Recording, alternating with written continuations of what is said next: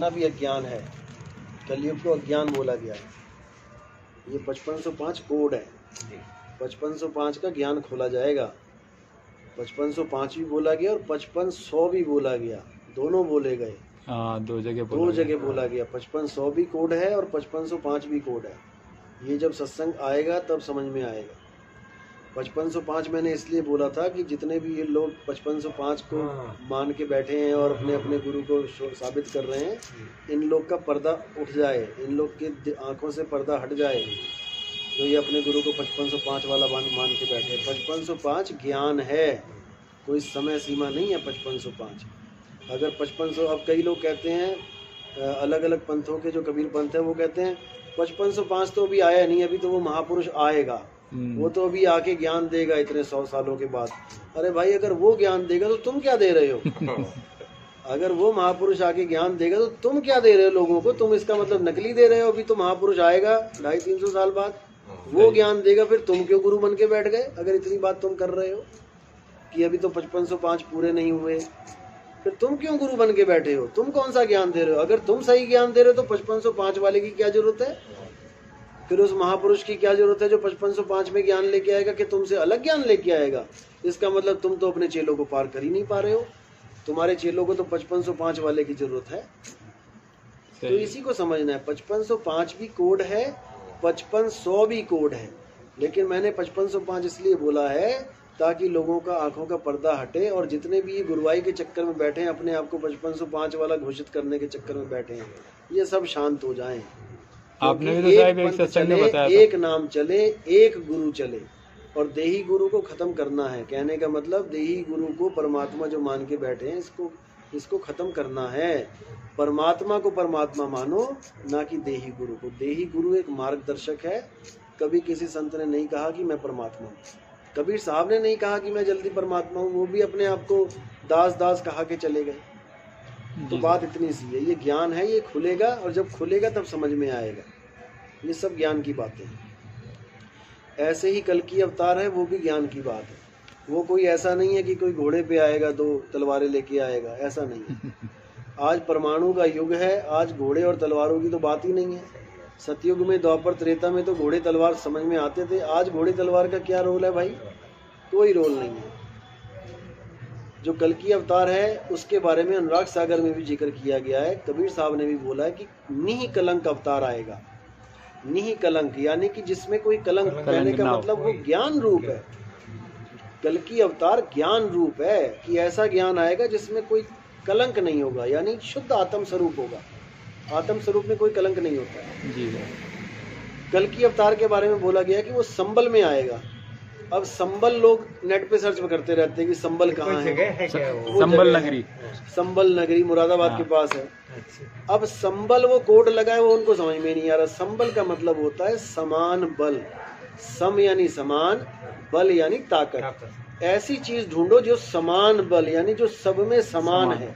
वो संबल क्या है? वो आत्मदेव है। आत्मा का ज्ञान आएगा, संबल में वो ज्ञान यानी आत्मा का ज्ञान प्रकट होगा। वो है संबल घाटी, ना कि वो मुरादाबाद वाली संबल। वो मुरादाबाद वाले बैठे हुए कह रहे हम संबल में पैदा हुए, हम वहां पैदा हुए। घोड़े और तलवार की क्या बात है? घोड़ा है, बुद्धि के घोड़े होते हैं, कहते हैं ना अपनी बुद्धि के घोड़े दौड़ाओ। बुद्धि के घोड़े होते हैं, यानी जब वो कल की अवतार आएगा, यानी जब वो ज्ञान आएगा तो सबकी बुद्धि दौड़ने लग जाएगी। लोग बुद्धि लगाने लग जाएंगे कि क्या सही है और क्या गलत है। और तलवारें होती हैं विवेक की तलवारें। मैंने सत्संग में कई बार बोला है कि विवेक की तलवार तिखी कर दो। तो वो जो कल की अवतार है वो घोड़े पे आएगा, यानी कि तुम्हारी बुद्धि के घोड़े दौड़ाएगा, और विवेक की तलवार से वो अज्ञान को काटेगा। और निहि कलंक यानी कि अब कोई कलंक नहीं बचेगा, अब कोई अज्ञान नहीं बचेगा। केवल ज्ञान की ही बात होगी और आत्म ज्ञान की बात होगी, क्योंकि वो संबल है। वो सब में समान बल के रूप में आत्मदेव बैठा है। क्योंकि यहाँ पे शरीरों की जिक्र ही नहीं होगी। शारीरिक जो बल होता है वो सम नहीं हो सकता। कोई ताकतवर है 50 किलो उठा सकता है, कोई बेचारा 10 किलो नहीं उठा पा रहा है, कोई 50 क्विंटल उठा ले, कोई ऐसा पहलवान आ जाए जी साहब। तो कहने का मतलब ये है कि वहां पर शरीरों का कोई रोल नहीं रह जाएगा। आत्मदेव सब में समान है और समबल है।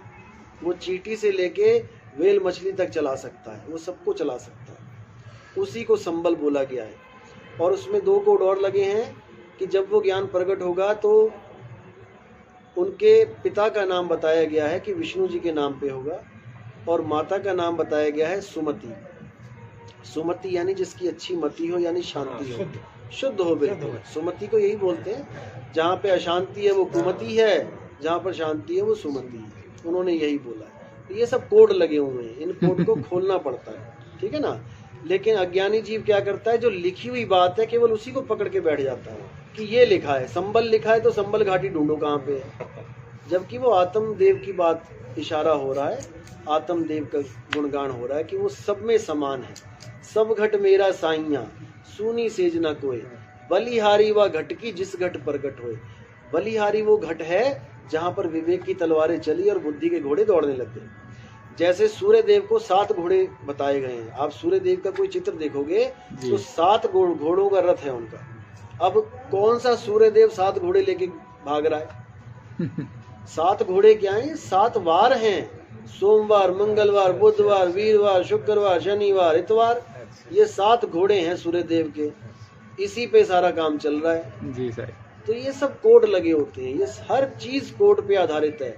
संतों ने इतने कोड लगा रखे हैं कि आम बंदे के दिमाग में ये चीज आ ही नहीं सकती। तो ये सारा ज्ञान कोड पे छुपा हुआ है। लेकिन सही समय आने पे बोला है कि जब आएगा बीसम बीसा, ना रहेगा ईसा, ना रहेगा मूसा, राज करेगा जगदीसा। तो ये वही समय आया है जब कल की अवतार होगा, यानी कि ज्ञान अवतार होगा, और हर बंदा एक दूसरे को सम समझेगा। आप भी आत्मदेव, मैं भी आत्मदेव, हम सब आत्मदेव। हम अपने आप को शरीर मान के बैठ गए। जब तक हम अपने आप को शरीर मानेंगे, जब तक हम विरोध में रहेंगे एक दूसरे के। तू अच्छा, मैं बुरा, मैं गोरा, तू काला, तू पतला, मैं मोटा, मैं ऐसा, तू वैसा। जब हम आत्मदेव में आ जाएंगे तो आत्मा के अलावा कुछ नहीं है, वो सब आत्मदेव ही है। तो इसी को संतों ने बहुत गुप्त रहस्यों के द्वारा अपने ग्रंथों में डाला और इसका समय निर्धारित किया कि एक समय ऐसा आएगा जब ये सारा ज्ञान खुलता चला जाएगा। साहिब बंदगी से तो 5505 के लिए तो साहब आपने भी एक सत्संग में कहा था। हाँ, वो देखो 5505 ऐसा है कि बहुत से ग्रंथों में, बहुत से इंटरनेट पे भी जो इन्फॉर्मेशन मिलती है, ये सब एक आदमी की देन है। ना तो कोई आदमी वहाँ खड़ा हुआ था कि भाई आज कलयुग बीत रहा है और आज से मैं तारीख लिख देता हूँ कि आज से कलयुग स्टार्ट है। आप देखोगे नेट पे, ये शोधकर्ता जो होते हैं, जो यही अपने अपने अंदाजे से, अपने अपने मन से ये प्रमाणित करने की कोशिश करते हैं, और ये आपस में मैच नहीं करते, आपस में इनका कटाक्ष हो जाता है। तो कई लोग कहते हैं 5505 बीत गया है, कई लोग कह रहे हैं नहीं अभी 200 साल बाद आएगा, कोई कह रहे हैं नहीं 250 साल बाद आएगा। तो इन सब का खंडन मैं करूंगा, बिल्कुल खंडन करूंगा, क्योंकि आत्मज्ञान में इसका कोई रोल ही नहीं है। जी सर। आत्मज्ञान में समय का रोल नहीं है, क्योंकि आत्मज्ञान तो समय से परे है। बिल्कुल सर। तो 5500 भी एक कोड है और 5505 भी एक कोड है, और कलयुग भी एक कोड है। कलयुग 5505 जब कलयुग बीत जाए, अब कलयुग क्या है ये भी एक कोड है। ये सब समझ में आएगा जब ये वाणियां खुलेंगी। आधुनिक युग। हाँ, अभी ये खुलेंगी, अभी सारा कुछ समझाया जाएगा। तो इसमें ज्यादा चिंता करने की बात नहीं है। जितना ज्ञान बता दिया गया है, अगर आप इतना भी पकड़ लोगे तो सही तो है। आप इससे भी परे हो जाओगे। बिल्कुल सही है सर। चलो साहिब सत्य।